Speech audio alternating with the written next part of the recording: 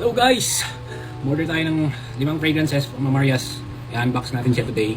Yung nagbigay sila ng extra. Surprise daw.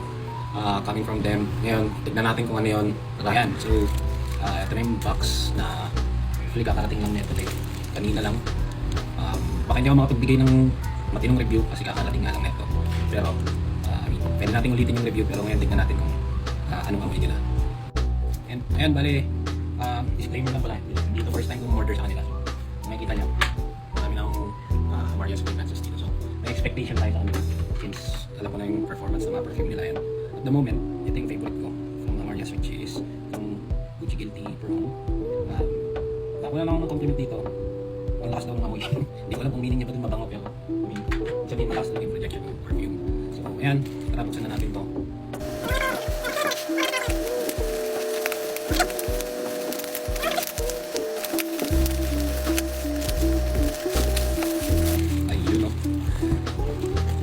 Bali, meron tayong ditong lalagyan pa. Meron tayong 3 box in total.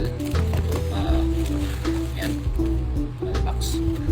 Sabi nila, wala daw silang box nung sa mismong perfume ngayon since out of stock. So, I mean, okay lang naman yun. Kasi, tutusin, wala nating special sa box nila. Like, parang literal na parang box.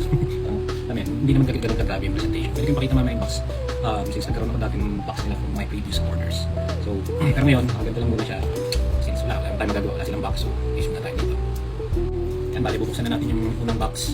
May mga instructions din naman sila dito kung anong gagawin mo sa kumala. For example, wala ka talagang alam when it comes to perfume.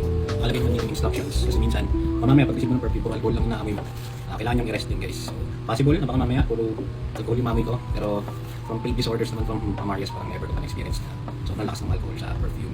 But then again, pwede nyo naman yung i-rest. Nakalagay naman yung instruction dito like paano yung i-store yung perfume. Pinaka ano lang naman dyan is huwag yung painitan kasi nasisira yung box ng perfume pinainitan nyo. So if you have storage yung cabinet, lagay nyo lang doon. Tara, buksan natin. Alright, first box. 3 hours later. Ayan, bali dalawa yung laman itong box na to. Tingnan natin kung ano yan. Siguro tigda-dalawa since namigay nga sila ng isang free. So tingnan natin itong dalawa.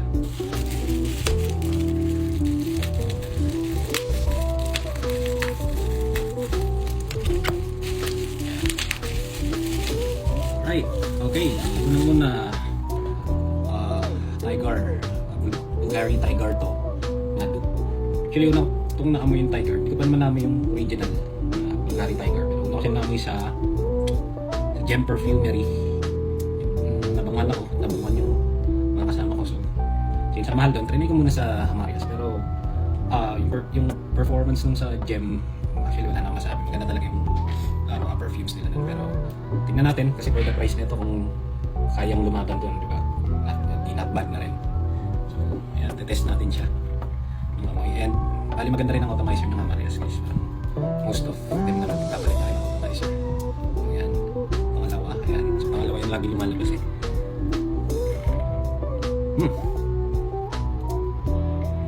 Lakas ah. Alam mo, amoy ko pa rin yung unang tingin ko kasi dito before nung naamoy ko yung Bulgari Tiger is amoy ko. Kung naamoy nyo na yung Jack Daniels amoy ko, parang ganun yung amoy niya. Ito medyo may twist. Sa tingin ko mas appealing yung amoy nito compared with dun sa Gem. But sa tingin ko mas premium yung amoy ng sa Gem Perfumery. Something like that kasi hindi siguro lahat ma-distinguish anong difference nilang dalawa. Pero ito, for me, mas appealing yung ganitong type of scent. Ayan, atomizer check. Diba? Parang nag-i-spray ng bato. Parang nag-i-spray ng deodorant. Okay, next tayo. Ayan, so, pangalawa, ang bilis. Akala ko pwede kayo pang ulit eh, pero kasi yung favorite scent ko. SWYI guys. Ayan. Stronger with new intensity. Anong mapapatunayan yung favorite ko to? Ayan yung OG. Ito, yung best local as of the moment. Ayan, bumili pa ako ng isa kasi hindi ako mapakali. So, parang kailangan ko pa ng stronger with you eh. Ayan, ito yung sa Xsense. Ito, ayaw mo nang i-review. Ayaw mo na magsalita, nire-rest ko muna siya. So, magkakaroon din ako ng review ng best na SWYI ko at the moment. tingnan muna natin kung sa Marias. Kasi gagamit na ako ng papel guys kasi yung mag-spray sa balat ko. Pero ayun, medyo papansin nag-iba yung bote nila. Kasi before ang bote nila guys, ganito. Hindi ko alam kung lahat ba nag-iba na. Pero ito Herbapura nila. Napakaganda rin. May Herbapura, yung papansasabihin ko. Pero yan, ganyan yung dating bote nila ngayon, ganito na. So medyo mas nagmukha na siyang premium. Kung sabihin ko parang medyo weak na siya ng bote ng FNS. Although not a fan of that brand. Pero ayun nga, mas for the price nito, nagmukha na siyang premium. Ayan, try na natin. 1, 2, 3, yun. Ay. Okay. Ito ating sinasabi nilang old formulation daw ng Stronger With You. Okay. Kasi, meron pa akong isang Stronger With You guys actually. Ito yung from Fragrance Lab. Ganyan na lang kaunti. Masasabi ko, sobrang lapit ng amoy nilang dalawa. And kung i-compare mo siya dito sa Stronger With You ng Symmetry Labs, medyo malayo. Malayo talaga. Kasi dito talagang kung makukuha mo, parang hindi masyadong malakas yung cinnamon.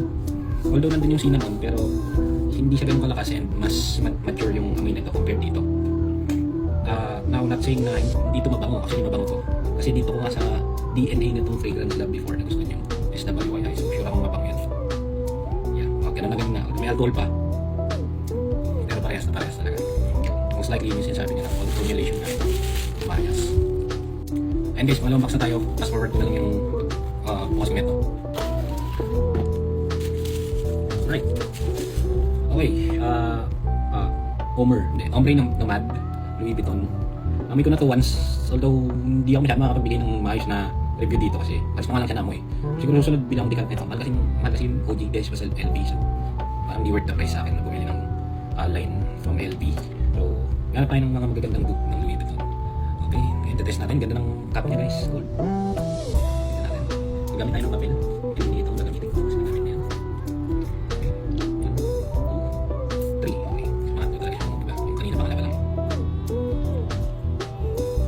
Amin ko na malapit guys kasi nose blind na ako.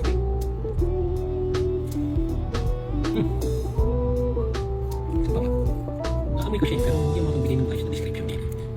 Kasi guys hindi talaga magbibigay ng description ng notes. Kasi nung una, alam ko yung amin ng mga notes pero hindi ko naman kabisado talaga mga pangalan ng notes. Parang pansin ko dito medyo mellow yung pagka-rose niya. Pero sa tingin ko ito yung version ng Ombre Nomad na magugustuhan din ng masa. Kasi rose fragrance kasi yung Ombre Nomad din. As far as I know, hindi blind ba yung rose fragrance. Mahilig din ako sa rose fragrance. Tulad nito. Yan, more ng comfort. And mood sa mood. Again, sobrang magkaiba yung amoy nitong dalawa. Pag ito naamoy nyo, parang nasa lamay. Yun yung amoy niya. Pero itong Ombre Nomad naman, very smooth yung Ombre Nomad nila. Parang wala akong naamoy ng malakas na rose note. Although nandun yung note ng rose, pero hindi siya kasing lakas tulad ng mga note ng rose dito. So, sa ngayon lang masasabi ko kasi wala akong masabi yan. Dahil wala akong OG. Bali, mabilis na disclaimer lang guys. Hatiin ko sa 2 parts video na to kasi hindi siya kakasat talaga sa 10 minutes eh. I-release naman siya kagad. So,